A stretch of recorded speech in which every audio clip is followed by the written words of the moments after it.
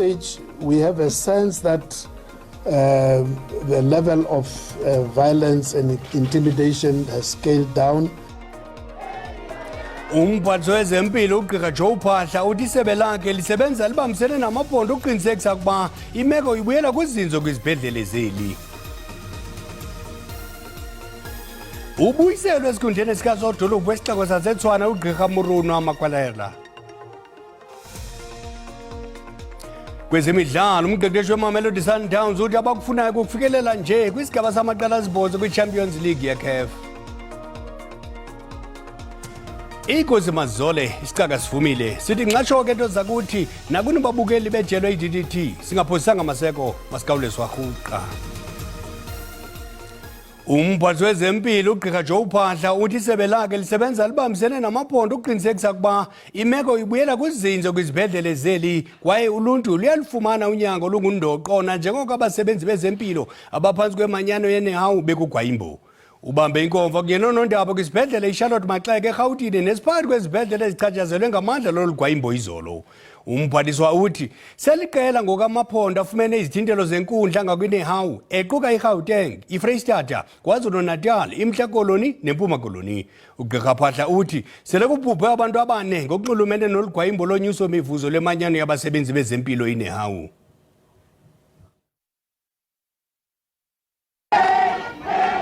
Liqaqobana lamalungu weNEHAWU akwazileyo ukumelana nemigushuzo ngaphandle kwamasango esibhedlele iCharlotte Maxeke.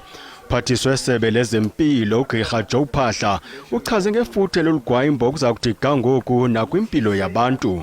There was an indication that up to a number of 4 people, are likely to have lost their lives in a manner which can be attributed directly to the strike. We have a legal team which we are consulting to look at what are our options in that regard. Iphendula kulamazwi iNEHAWU ithi kumele izigxeko zijoliswe kumqeshi hayi kubo. As workers, obviously it will touch us because before we become workers, we are community members. We are part of these communities that we are saving. But that particular blame must be put back to the employer because the employer did the right things. From 2020, the very same employer that is playing holy today have reneged from the resolution 1 of 2018 in 2020. In 2021, the very same employer offered what we call gratuity. We kept quiet. The same employer last year forced through our throat 3% that we never agreed it on. So if the employer could have done things differently in the right platform, in the collective bargaining, I don't think South Africa will be facing the situation that we are. Usomaqhuzu esibhedlele iCharlotte Maxeke udakance ifuthe loluqhankqalazo kwesasibhedlele. We had mothers who had to deliver. Unfortunately, as it was said, when you work in theatre, you do not need a nurse and a doctor only. You need the operators who must wash the instruments and all other things, the porters to move the patients. I must say that our clinical team who managed to come in became cleaners, they became everything to ensure that at least the emergencies that were there, the mothers who had to deliver managed to deliver through that. Zisemfiliba kambe inkcukacha malunga nendibano phakathi komqeshi nemanyano nebibanjwe ebutsheni beyanamhlanje kodwa amalungu eNEHAWU athi aseza kuqhuba nemisadulo dezinyanzeliso zabo zisatyelwe. Kusenjalo izigulane kumaziko ezempilo eMpuma Koloni ziyaluva Ulwamvila lolugwayimbo lwe-NEHAWU olungene kusuku lwesine namhlanje. Abasebenzi banyanzelisa uchatha weshumi ekhulwini kwimivuzo yabo, uchatha kwinkxaso yezindlu, kuvalwe izithuba nokuphucula kweziseko zophuhliso zezempilo. Abasebenzi abaqhankqalazayo banyanzeliswe kuba bathobele isithintelo senkundla kwaye bangaphazamisana okanye bathintele abasebenzi abangengxalenye kwayimbo kubasebenzi. Isithintelo sobathintela ukuba babone kufuphi kungangomgama we-200 meters kumaziko wesebe ngaphandle kokuba bayaphangela. Ingxaki esimele nazo apha ezibhedlela ukuthi ii-post zabantu umuntu ubhubhile, umuntu resignile, ufumanisa ukuthi kanye umuntu uthatha umhlala phansi, ufumanisa ukuthi eza post zabantu ukuthi kuthiwa i-baseline ziyatshona ziphele. Yilonto ke ufumanisa ukuthi onesi baba exposed kule kuthiwa basebenza ngamandla badinwe. We realize that the government is failing us because it's us. Remember, there was the COVID. Now we were there in the COVID, but the government didn't take us serious that we are in the pandemic. Now we are not supposed to strike. We're here today to say we will fight until we get what we want. Ifuthe loqhankqalazo liviwe kakhulu zizigulana. Amalungu eNEHAWU athi azokudibana namanye akuzwelonke ukuva umkhombandlela. Ndingulerato Fekisi kwiindaba ze-SABC eGqeberha. Umongameli URamaphosa ugxekwe kabukhali ngokucotha ukwenza uhlengahlengiso eburhulumentini. Kuzemva kokubevumile ukuba isebe lemicimbi yoluntu lamnika ingxelo ngo-2019 malunga nohlengahlengiso neenguqu ezinokwenziwa kurhulumente. Umongameli ubhengeze kwintetho yakhe yobume besizwe kule nyanga iphelileyo ukuba kukho izicwangciso zokuhlengahlengiso urhulumente kule minyaka mithathu izayo. Honorable the President. Umongameli ebezokuphendula imibuzo epalamente okokuqala kulonyaka. Le mibuzo ibinqamelane nolwaphulo-mthetho kwaye nokuhlengahlengisa urhulumente. We'll work together to rationalize government departments, entities and programs over the next 3 years. This work, which will review the role of all departments, including the Department of Public Enterprises, will inform the configuration of government going into the next administration. Mr. President, are you in receipt of this report from the Department of Public Service Administration? If so, why have you done nothing about it since 2019? The Department of Public Service Administration in April 2019 handed over to the President a substantive report on the macro reorganization of the state. It was never done. URamaphosa uthi amasebe karhulumente aza kuncitshiswa kwaye iinkampani zikarhulumente ziza kuba phantsi kwenye inkampani eza kusungulwa. Because their reconfiguration report had brought us to 28. And I wanted us to go below that 28. This time round, because we are dealing with two key problems. The one problem is electricity, and I did say that I would like to appoint a Minister of Electricity, which would increase the number of ministries to 29.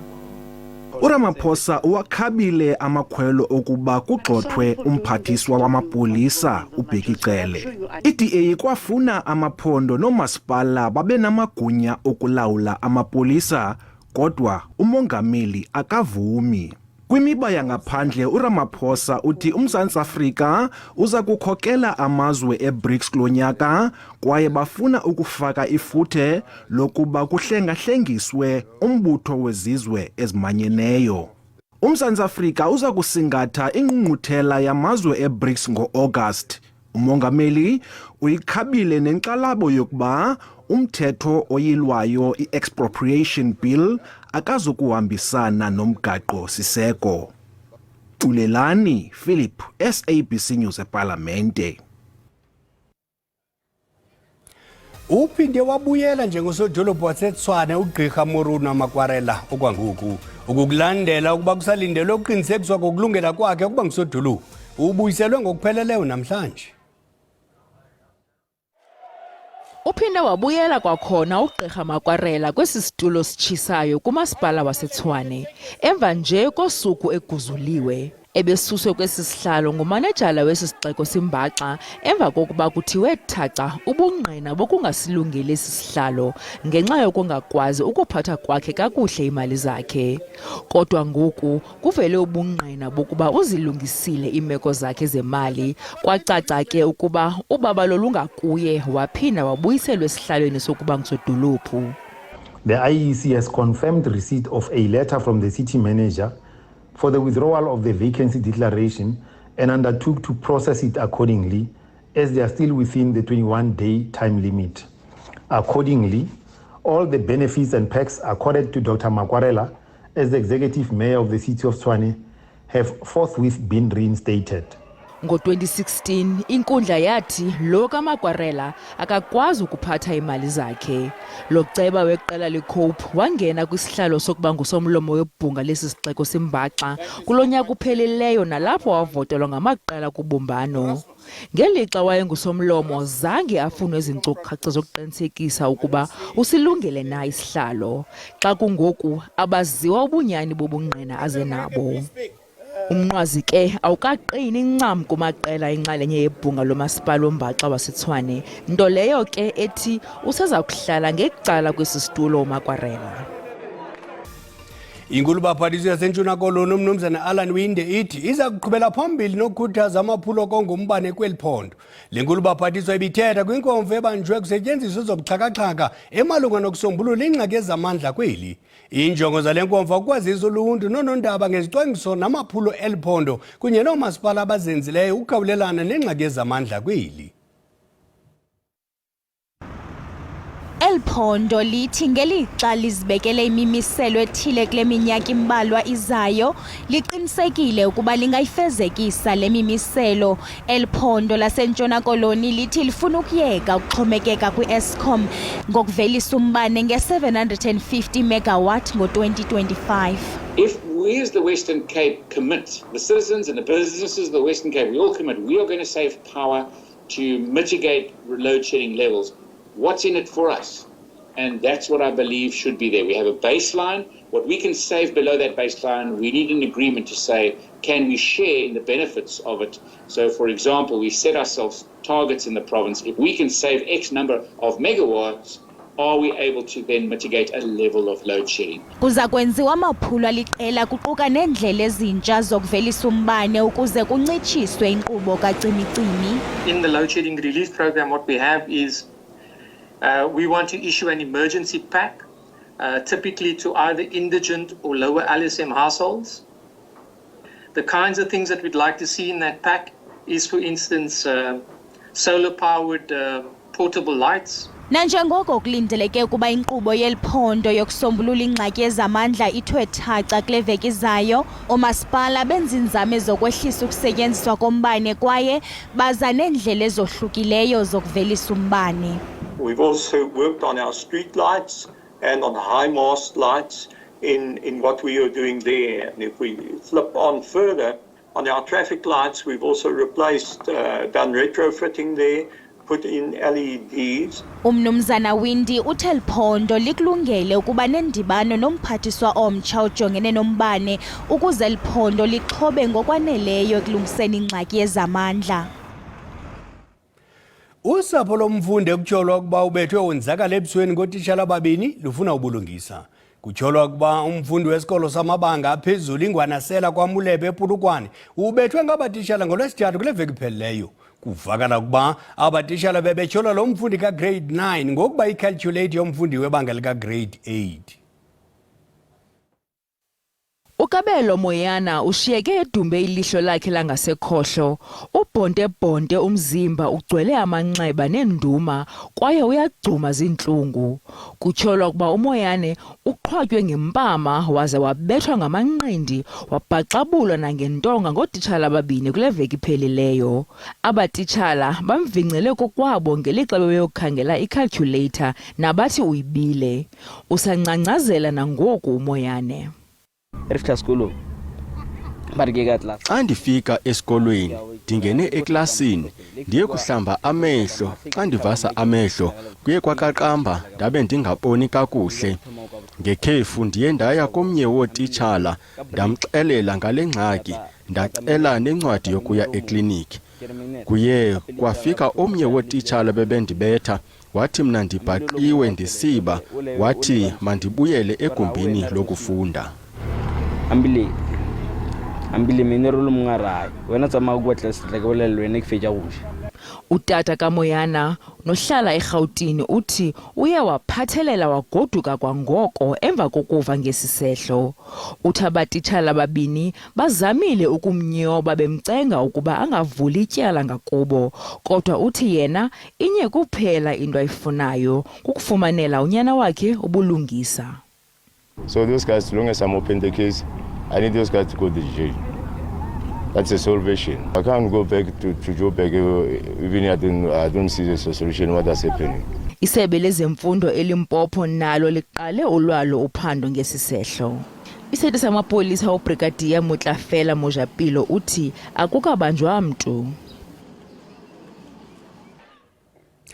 Ubume bendlela kwilelo zasempuma Koloni sesinye sesizathu ezikhokelela kuqhankqalazo lwabahlali. Nangona kunjalo abahlali abalindanga ukwehla kwemana koko bayazakhela indlela zabo. Abahlali kumasipala intsika yethu bathi usilele umasipala wabo ukwakha nokulungisa indlela kule minyaka 10 edluleyo. Ezi ndlela zisetyenziswa zilale ezili-12. Isimo sendlela ezingekho semgangathweni sele into eqhelekileyo kwiMpuma Kapa. Le ndlela yaziwa ngeendonga kunye neebhlorho ezingamabhodlo. Bane abantu esele kuthiwa bakhukhuliseka kweminyaka edlulileyo. Sukela kwangudle ibhlorho ibolile. Abantwana bakuyanetha bahamba isikolo. Size kwangceza. Nakhona ibhlorho akuweleki. Nasemdletyeni kunjalo uba akuyanetha abantwana bakwazi esikolweni. Andisathethi ke ngendlela indlela yona ibolile le ihamba abantu i-transport ezithutha abantwana. Imoto azikwazi uwela emlanjeni. And nalapha xa ungena apha ikhona le ndlela ilapho ufumanisa uba kumanzi apha so imoto zibalinda apha. Abahlali sele bezama ukuzilungiselela le ndlela. Siye sabona singabahlali into yobana masibe neliphulo seliqalileyo loba sizama ulungisa indlela kuba sibone into yobana indlela izindonga akuhambeki. Umasipala uthi inkqubo yokulungisa le ndlela sele iqalile. The Municipal Infrastructure and Planning Department has revised its access road intervention plan that will accommodate the access route of Ward 13 in particular. Abahlali bayaliphikisa ibango lokuba ezindlela ziyalungiswa. Bakwathi umasipala weintsika yethu khange afune ukubancedisa kweliphulo lokulungisa ezindlela. Ndingulwandile Mbulali eTsomo.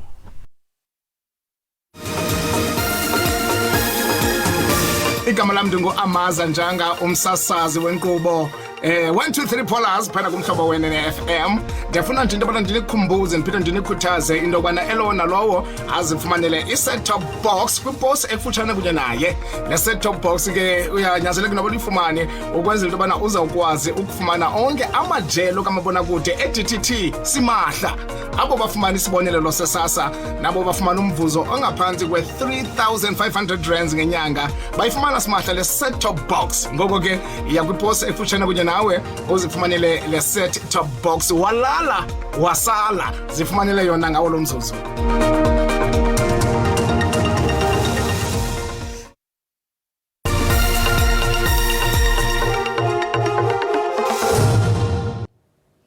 Umqeqeshi weMamelodi Sundowns uthi abakufuna ukufikelela nje kwisigaba samaqela asibhozo kwi-Champions League ye-CAF nokuba bagqibanga encochoyini kuluhlu lwamaqela abahluzwe nawo. ISundowns iza kusindleka izikhakamela zaseGqeberha i-lakhe kumabala aseLoftus ePitoli malanga ngomgqibelo. IBrazilians ithe ngcu kwindawo yesibini kuGroup B logama i-lakhe kwindawo yesithathu.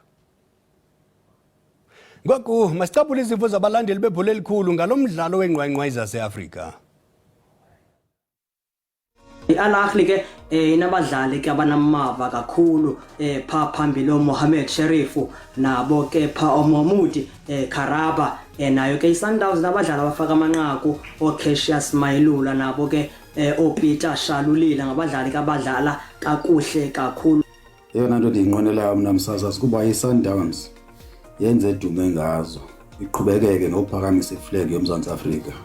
Yaba ngumdlalo onzima kakhulu naphakathi kwalamaqela amakhulu kangaka apha eAfrika kodwa ke ndiyinika mna i-lakhe uwin ngoba izawuza inalamsindo woba ibidlala idraw ngaphaya kwela kwayo. Ndinanqwenela iSundowns iphumelele nangona ungazibalula nje ngoba iqembu ezodlala nawo linamandla kakhulu. Amaqembu kaRolani azoyibetha i-lakhe ayibhukela amasaka apha ekhaya.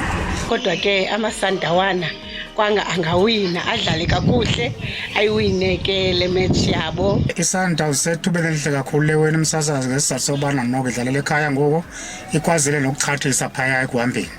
Umalume wami ngangapha eEgypt so undicela uba mandimncedise sikhwazele le team yase-Egypt Qhude manike izindala zombini, hayi ndiyayinika iSundowns ezawuwina ngo-2-1. Sundowns ayinabo kaloku abalandeli, so ngokuphisa ngamatikiti asimahla izama ukuthenga abalandeli, thenga yonke into iSundowns. Ukuba ngaba amaxesha besingawajonge encwadini bengasagede siziphanga masikhongozele imozulu kumakhumalo ezangomso zingolikamageba makube chus behele.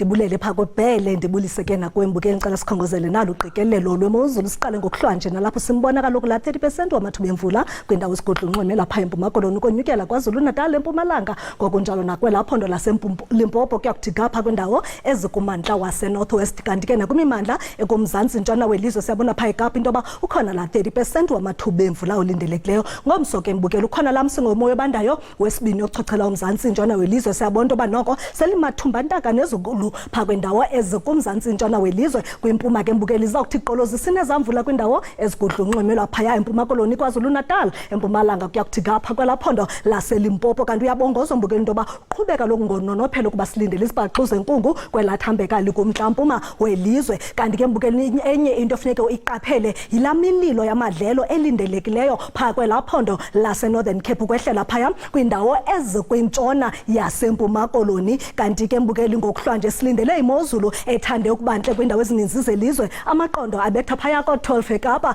ze ibe ngu-13 eVostile ngelixa silindele u-17 degrees Celsius phaya eUppington eVryburg lindela u-15 kanti ke phaya eLiphalale nasePolokwane silindele u-17 degrees Celsius eKomani mbukeli ngu-14 ngelixa eMthatha ingu-15 degrees xa sihlabela mgama sijonga ngomso kuphole kakuhle ngo-23 pha eKapa kodwa kathathisa amaqondo ngo-28 eVostile ngokunjalo naseCalvinia alitshisile khupha intlanzi emanzini mbukeli phaya eUppington nalapho amaqondo ebetha ku-37 ukuba ke useliphalale lindele imozulu entle njengo-27 aphinde kathathisa amaqondo ngo-32 phaya kovetlisi koyewe Komani phaya nasemakhanda ke silindele imozulu efudumeleyo ngo-33 degrees Celsius eMonti mbukeli lihle izulu ngo-28 kamnandi mawethu.